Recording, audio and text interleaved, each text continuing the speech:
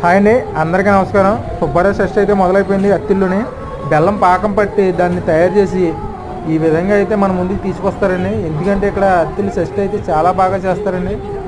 ఇది వరకు నుంచి కూడా చాలా అంటే చాలా బాగుంటుంది. మీరు అందరూ కూడా దగ్గరలో ఉంటే కనుక అందరూ తప్పనిసరిగా రండి. ఎందుకంటే ఇది ఒక 10 రోజుల వరకు ఉంటుందండి. ఇది